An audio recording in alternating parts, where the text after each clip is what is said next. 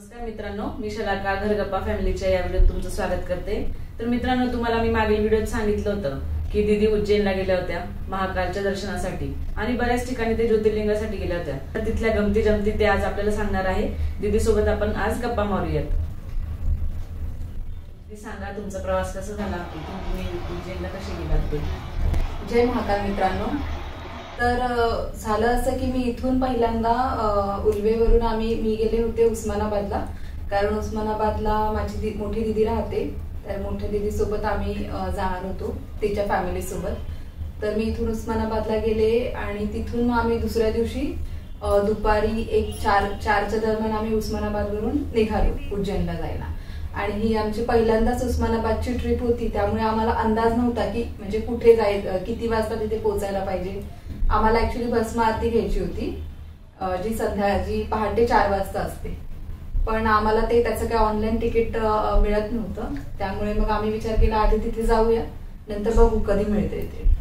आणि मग आम्ही दुपारी म्हणजे 4च्या दरम्यान आम्ही निघालो, पण तिथे पोचता पोचता आम्हाला सकाळचे पहाटे 5 वाजले। आम्ही पोचल्याबरोबर आम्ही भस्म आरतीच्या लाईन मध्ये उभे राहिलो असता असं कळालं की भस्म आरतीसाठी आदल्या दिवशी रात्री 7 वाजल्यापासूनच लाईन लागते। त्यामुळे असं झालं की म्हणजे त्यामुळे काय झालं की 7 वाजल्यापासून लाईन लावणं शक्य नव्हतं। मग आम्ही असा विचार केला की आपण भस्म आरती घेण्यापेक्षा डायरेक्ट दर्शनच घेऊ देवाचं, म्हणजे आतमध्ये जाऊन गाभाऱ्यात आम्हाला दर्शन मिळणं ते शक्य होतं। राहण्याची वगैरे कशी सोय केली तुम्ही? आधीच केली होती की तिथे गेल्यानंतर? मग तिथे महाकाल मंदिराच्या बाजूलाच एक हॉटेल महाकाल यात्री निवास म्हणून आहे। एक 1000 ते 1500च्या दरम्यान मध्ये तुम्हाला तिथे रूम मिळून जाते, म्हणजे जास्त असं महागडं पण नाहीये आणि अगदी हे पण नाही। तुम्ही जर ऑनलाईन बुकिंग केलं तर तुम्हाला अजून स्वस्त मिळेल, पण आम्ही तिथे गेलो आणि नंतर ऑन द स्पॉट आम्ही तिथे त्या हॉटेलला गेलो। त्यामुळे आम्ही मग तिथे राहिलो, तिथे गेलो, हॉटेलमध्ये गेलो, फ्रेश वगैरे झालो। तर पहिल्यांदा कालभैरव देवाचं दर्शन घ्यायचं होतं, कारण असं म्हणतात की जेव्हा आपण महाकालचं दर्शन घेणार त्याच्या आधी कालभैरव देवाचं घ्यायचं, कारण ते त्यांचे द्वारपाल होते। आम्ही ऍक्च्युली इथून गेलो म्हणजे उस्मानाबादवरून आम्ही गाडीने गेलो होतो 4 व्हीलरने, पण नंतर ड्रायव्हर जे होते आमचे भाऊच होते, चुलत भाऊ, तर ते दमले होते म्हणून त्याला सांगितलं की तुम्ही रूमवर जरा आराम करा। मग तोपर्यंत मग आम्ही तिथे बाहेर आलो आणि तिथे वेगळ्याच प्रकारची रिक्षा होती, जे अशी म्हणजे समोरासमोर बसायची। आम्हाला तो पण एक आनंद घ्यायचा होता, त्यामुळे मग आम्ही त्या रिक्षात बसून जाण्याचं ठरवलं। मग तिथे 500 रुपयामध्ये 5 देवस्थान फिरवतात, म्हणजे त्याचं ते ठरलेलाच रेट आहे, 500 रुपये घेतात आणि 5 तिथे, कारण उज्जैनमध्ये खूप देवस्थान आहेत। तर मग आम्ही ठरवलं की तसं करूया।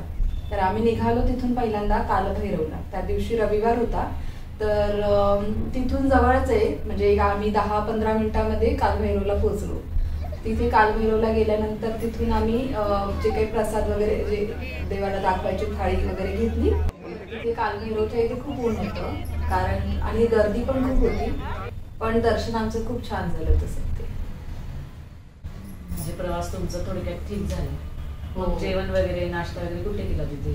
कसं नाश्ता म्हणजे ऍक्च्युली तिथे उज्जैनला ना प्रसिद्ध पोहे आहेत, ते जे असे गोड आणि आंबट असे वेगळे पोहे मिळतात। ते आम्ही आधी म्हणजे माहित होतं आम्हाला, पण तिथे गेल्यावर आम्ही त्याची टेस्ट पाहिली तर एक अप्रतिम असे तिथे पोहे मिळतात। आम्ही 20 रुपये प्लेट होती, तर आम्ही सगळ्यांनी मस्तपैकी पोहे खाल्ले। दीदीने पुरी भाजी खाल्ली, पुरी भाजी पण छान होती। आणि त्याच्यानंतर मग ते तर आम्ही सकाळीच खाल्लं होतं, म्हणजे उज्जैनला कालभैरव देवाला जायच्या आधीच। आणि मग नंतर आम्ही जेवलो सगळे 5 देवांचे दर्शन झाल्यानंतर। कालभैरवचं दर्शन केल्यानंतर तुम्ही कुठले दर्शन घेतले ते 5? नंतर मग गडकालिका देवी आहे तिथे, त्या देवीचं दर्शन घेतलं। आम्ही जेव्हा तिथे गेलो तेव्हा तिथे आरती सुरू होती, त्यामुळे आम्हाला त्या देवीची आरती मिळाली।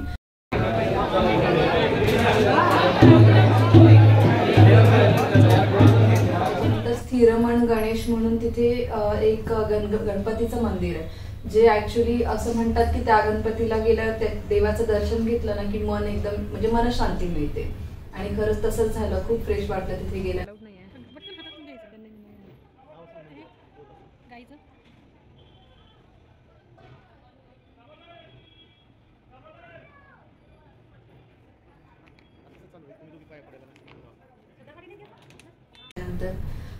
त्या गणपतीचं दर्शन झाल्यानंतर आम्ही गेलो पशुपतीनाथ मंदिर जे आहे नेपाळला, जे मुख्य मंदिर आहे त्याची तिथे प्रतिकृती केलेली आहे पशुपतीनाथ मंदिर. तिथे आम्ही गेलो, तिथे दर्शन घेतले.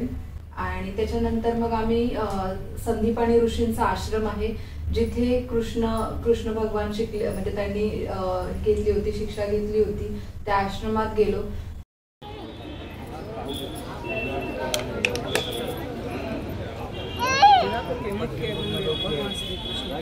हो, हे मुख्य मंदिर आहे.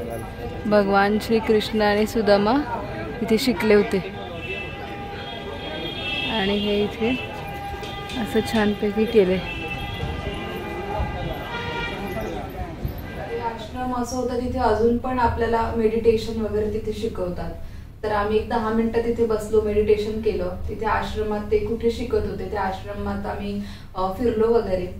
तिथे आम्ही रुद्राक्ष घेतले. तिथे जे जुन्या काळात जे ऋषी, त्या काळात जे ऋषी ज्या झाडाचे रुद्राक्ष वापरत होते ते झाड अजूनही तिथे आहे. तर तिथले आम्ही रुद्राक्ष सुद्धा घेतले. मित्रांनो, जे मी मागील व्हिडिओ तुम्हाला सांगितलं रुद्राक्ष आणले होते, हेच ते दीदीने आणले होते. ते 3मुखी 7मुखी जे रुद्राक्ष होते त्याबद्दलच दीदी सांगतायत. हो. आणि मग त्याच्यानंतर मग दुपार झाली, 2-2:30 वाजले होते.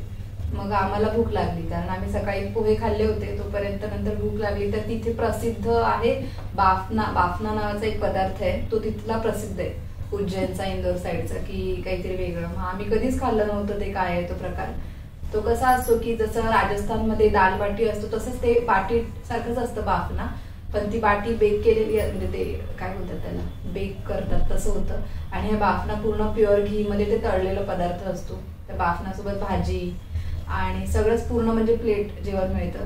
खूप खूप हेवी झालं होतं आम्हाला ते जेवण. आम्ही जेवलो आणि थोडा वेळ रेस्ट केला आम्ही रूमवर जाऊन. आणि त्याच्यानंतर आम्ही ठरवलं की संध्याकाळी दर्शनाला जाऊया महाकालच्या.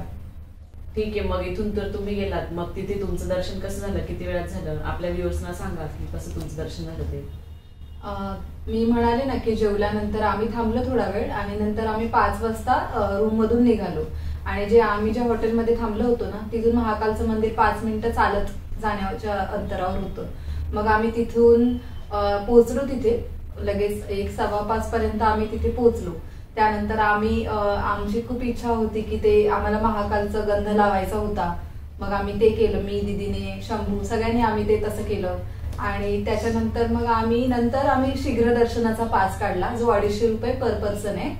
आणि त्या दर्शनाच्या पास तिथून मग आम्ही लाईन लावली आणि एक जास्तीत जास्त अर्ध्या तासात दर्शन झालं. पण दर्शन आमचं खूप छान झालं कारण नेमका आमचा जेव्हा नंबर आला ना तेव्हा तिथे ते जे पुजारी होते जे तिथे म्हणजे पुढे पुढे करतात ते म्हणजे जायला सांगतात ते पुजारी तिथे नव्हते अवेलेबल. त्यामुळे आमचं दर्शन जवळजवळ आम्ही 5 मिनिटं समोरच उभे होतो देवाच्या आणि खूप सुंदर दर्शन झालं आमचं अर्ध्या तासातच.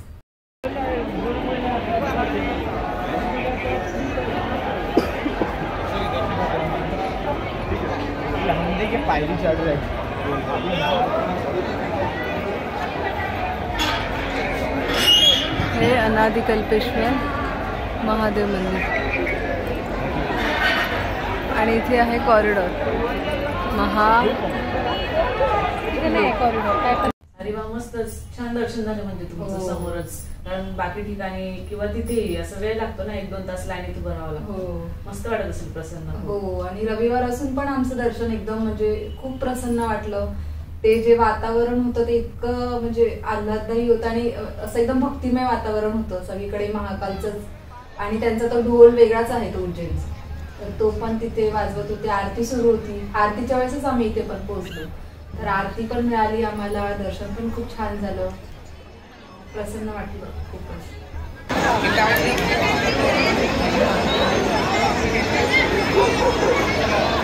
मग तिथून निघाल्यानंतर तुम्ही कुठल्या देवस्थानाला गेला की आधी? नाही, देवस्थानाला नाही गेलो. नंतर मग आम्ही तिथे ते होईपर्यंत आम्हाला 8 वाजले. मग तिथून आम्ही बाहेर पडलो तर ते दुपारी जे खाल्लं होतं बाफना आणि तेच आमचं काय तोपर्यंत डायजेस्ट झालं नव्हतं. तर आम्ही ठरवलं की काहीतरी असं लाईट खाऊया. तर उज्जैनला तिथे ना पराठे पण खूप छान मिळतात. मग आम्ही तिथे मेथी पराठे खाल्ले आणि नंतर मग हेच आपलं काही ना काही तिथे खरेदी केली. तिथे टी शर्ट्स, ते तसे शॉल वगैरे, स्कार्फ तसे ते महाकालचे घेतले आणि बाकीचे इतर जे काही छोट्या मोठ्या गोष्टी खरेदी केल्या. आणि त्याच्यानंतर आम्हाला दुसऱ्या दिवशी सकाळी आम्हाला ओंकारेश्वरला निघायचं होतं. मग त्यामुळे आम्ही विचार केला की लवकर आता घरी जाऊन रूमवर जाऊन आरामच करू, म्हणून मग आम्ही रूमवर गेलो. नंतर आम्ही ऐकलंय की तिकडे महाकाल नगरी पण आहे, मग तिथे तुम्ही गेलात की? हो हो हो, ते राहिलंच मला सांगायचं. तिथे महाकाल कॉरिडॉर म्हणून ते प्रसिद्ध आहे. महाकाल लोक पण म्हणतात, कॉरिडॉर म्हणतात.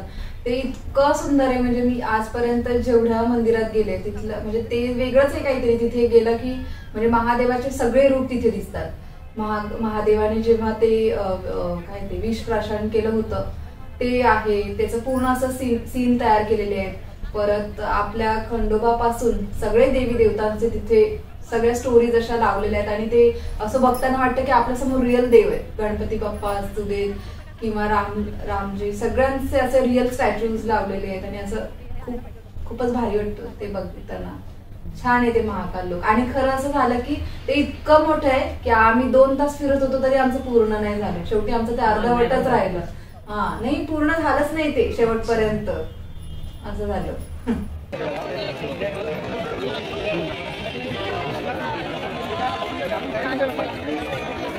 महादेव विष प्राशन करताना हे देव आणि हे दैत्य असं काहीतरी होतं.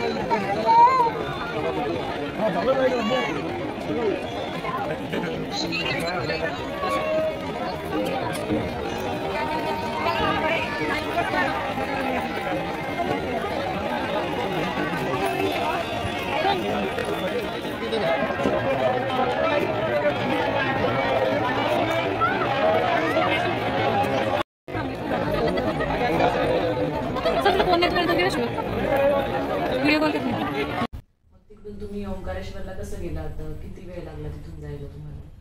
आम्ही मग दुसऱ्या दिवशी सकाळी म्हणजे महाकाल देवाचं दर्शन झाल्यानंतर दुसऱ्या दिवशी सकाळी 8च्या दरम्यान आम्ही निघालो तिथून महाकालेश्वर वरून.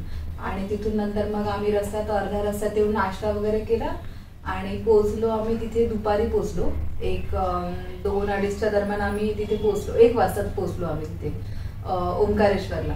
तर ओंकारेश्वरचं कसं आहे ना, तिथून आपल्याला नर्मदा नदी पार करून तिथे जावं लागतं देवाला, ओंकारेश्वरला. ओंकारेश्वर हे 12 ज्योतिर्लिंगापैकी एक आहे, माहितच असेल तुम्हाला. तर तसं जायला लागतं. तर तिथे बोटी लागलेल्या असतात. आम्ही तिथेच गाडी पार्क केली आमची आणि त्या बोटी त्या ज्या असतात तिथे गर्दी नव्हती त्या दिवशी. मग त्या बोटीमध्ये पर पर्सन काहीतरी 100 रुपये घेतात. अच्छा, मग बोटीतून गेलात तुम्ही? नर्मदा नदीच का तिथून? हा, नर्मदा नदीचं तिथूनच. म्हणजे बोटीत कसं होतं ते तिथे आम्हाला 3 ठिकाणी बोटीनेच फिरवलं. पहिल्यांदा तर ते कुठलं ओंकारेश्वरचा जो डॅम आहे, धरण आहे, ते दाखवलं. तिथून नंतर नर्मदा नदी आणि कावेरी नदी त्याचा संगम होतो ते ठिकाण, तिथे आम्हाला फिरवलं. आणि त्याच्यानंतर शेवटी मग आम्ही ओंकारेश्वरच्या मंदिरात आम्हाला बोटीने सोडलं. मग तिथे गेल्यानंतर तिथे खूप भरपूर लाईन होती. जर आम्ही ती लाईन लावली असती तर आम्हाला कदाचित रात्री 9-9:30 तिथेच वाजले असते दर्शन घेईपर्यंत. पण मग तिथे आम्हाला असं झालं की तिथे शीघ्र दर्शन तिथे पण होतं. तर मग आम्ही तिथे पण ओंकारेश्वरला शीघ्र दर्शन घेतलं आणि मग नंतर तिथून निघालो आम्ही.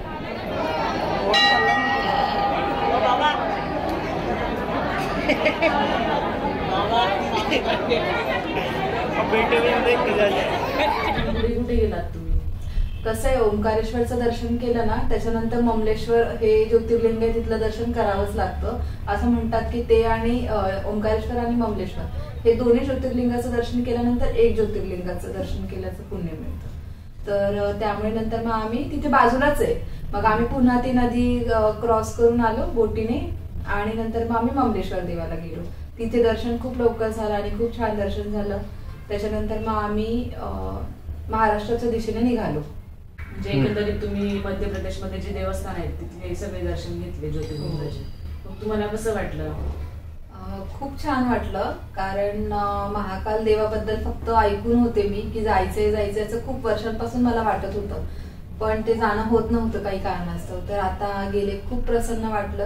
आणि जे म्हणतात ना की तिथे गेल्यानंतरच ते अनुभव, म्हणजे असं मी सांगून तुम्हाला काही म्हणजे असं तेवढं मला नाही माहित की तुम्हाला किती ते फील होतंय किंवा काय, पण तिथे गेल्यानंतरच ते खरं जे देवाचं जे अस्तित्व आहे ते आपल्याला अक्षरशः ते अनुभवायला मिळतं असं मला वाटतं. तुम्ही सांगताय तर माझी इच्छा आहे, मी पण जाणार आहे आता. हो नक्कीच जा, सगळ्यांनी जा, तुम्ही पण जा सगळ्यांनी, कारण खूप प्रसन्न वाटतं.